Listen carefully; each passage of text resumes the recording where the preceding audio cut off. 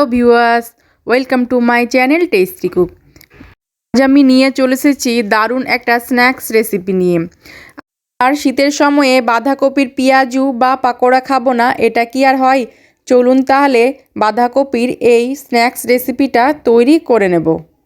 আপনি যদি আমার চ্যানেলে প্রথম হন তাহলে আমার চ্যানেলটি সাবস্ক্রাইব করবেন, আর যদি করে থাকেন অসংখ্য ধন্যবাদ।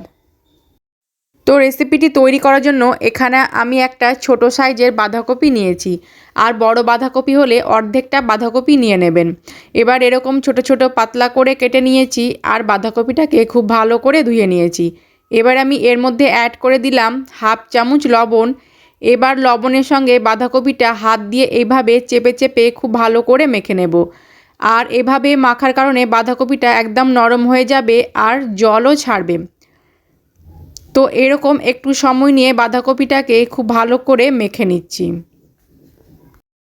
বাঁধাকপিটাকে খুব ভালো করে এরকম চেপে চেপে মেখে নিয়েছি, আর দেখতে পাচ্ছেন বাঁধাকপিটা অনেকটাই নরম হয়ে গেছে আর অনেকটা জলও ছেড়েছে। আমি এর মধ্যে কিছুটা মশলা অ্যাড করে দেব। দিয়ে দিলাম হাফ চামচ ভাজা জিরে গুঁড়ো, হাফ চামচ শুকনো লঙ্কা গুঁড়ো, 1 চামচ চাট মশলা। এবার আমি অ্যাড করে দেব খুবই সামান্য পরিমাণ হলুদ গুঁড়ো, 1 চামচের 4 ভাগের 1 ভাগ। এবার আমি সমস্ত মশলা বাঁধাকপির সঙ্গে আবারও খুব ভালো করে মিশিয়ে নেব।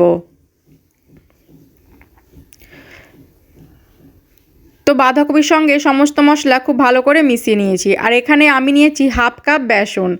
এবার আমি বেসনটা অল্প অল্প করে দিয়ে বাঁধাকপির সঙ্গে মিশিয়ে নেব, আর বেসনটা একবারে দেব না, অল্প অল্প করে দিয়ে এভাবে মিশিয়ে নিতে হবে। আর এই রেসিপিটা বিকেলে চায়ের সঙ্গেও পরিবেশন করতে পারেন, গরম গরম খেতে কিন্তু অসাধারণ লাগে। তো বাড়িতে অবশ্যই তৈরি করবেন।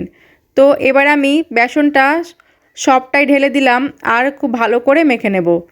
তো বেসনটা আমি খুব ভালো করে বাঁধাকপির সঙ্গে মেখে নিয়েছি। এবার আমি এর মধ্যে অ্যাড করে দিচ্ছি 3 টেবিল চামচ চালের গুঁড়ো।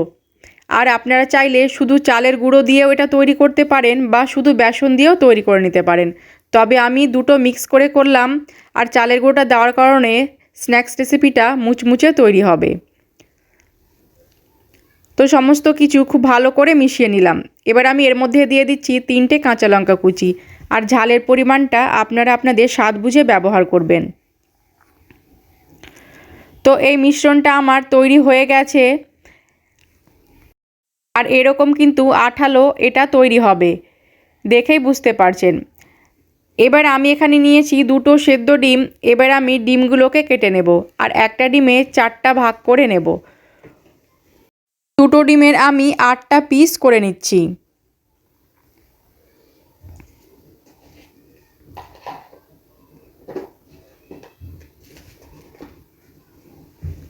তো 2টো ডিমই আমি কেটে নিয়েছি।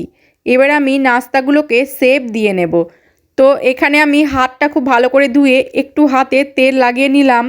এবার যে বাঁধাকপির মিশ্রণটা তৈরি করে রেখেছিলাম সেখান থেকে অল্প করে নিয়ে এভাবে হাতে একটু চ্যাপটা করে নিয়ে তার মধ্যে ডিমটা দিয়ে আবার বাঁধাকপি মিশ্রণটা দিয়ে ডিমটাকে খুব ভালো করে কভার করে নেব, যাতে করে ডিমটা বাঁধাকপির মিশ্রণ দিয়ে ঢেকে যায়।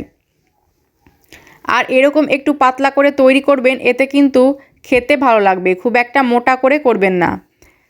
তো এইভাবে আমি তৈরি করে নিচ্ছি, দেখে বুঝতে পারছেন যে কিভাবে এই স্ন্যাক্স রেসিপির শেপটা দিচ্ছি। তো এই যে এইভাবে আমি তৈরি করে নেব। এদিকে আমি গ্যাসে কড়াইয়ে তেল বসিয়ে দিয়েছি, তেলটা গরম হয়ে গেছে। এবার আমি এগুলোকে ছেড়ে দিচ্ছি, আর গ্যাসের ফ্লেমটা লো টু মিডিয়ামে করে এই নাস্তাগুলোকে ভেজে নিতে হবে। তো আমি আরও একটা আপনাদের তৈরি করে দেখাচ্ছি। এইভাবে হাতে চ্যাপটা করে নিয়ে মাঝখানে ডিম দিয়ে বাঁধাকপি মিশ্রণটা দিয়ে ডিমটাকে কভার করে নেব।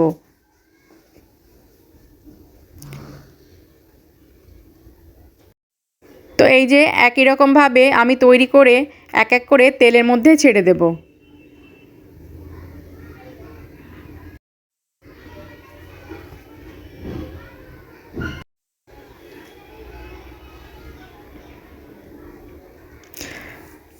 এবার আমি এগুলোকে উল্টিয়ে দিচ্ছি, আর একটু সময় নিয়ে ভেজে নিতে হবে, এতে করে বাঁধাকপিটাও খুব ভালো করে সেদ্ধ হয়ে যাবে।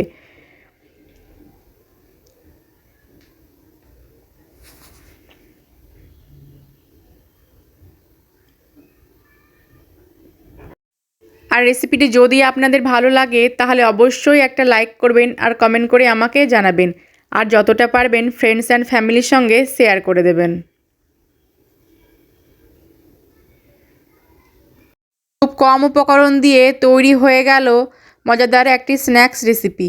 এই রেসিপিটি ছোট থেকে বড় সকলেই খুব পছন্দ করবে।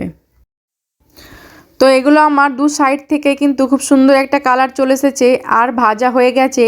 এবার আমি এগুলোকে তেল ঝরিয়ে তুলে নেব।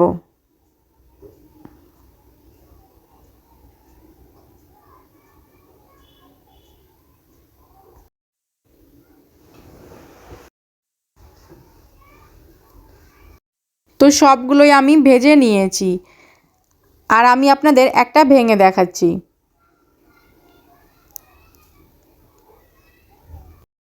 সকলে ভালো থাকবেন, সুস্থ থাকবেন। ধন্যবাদ।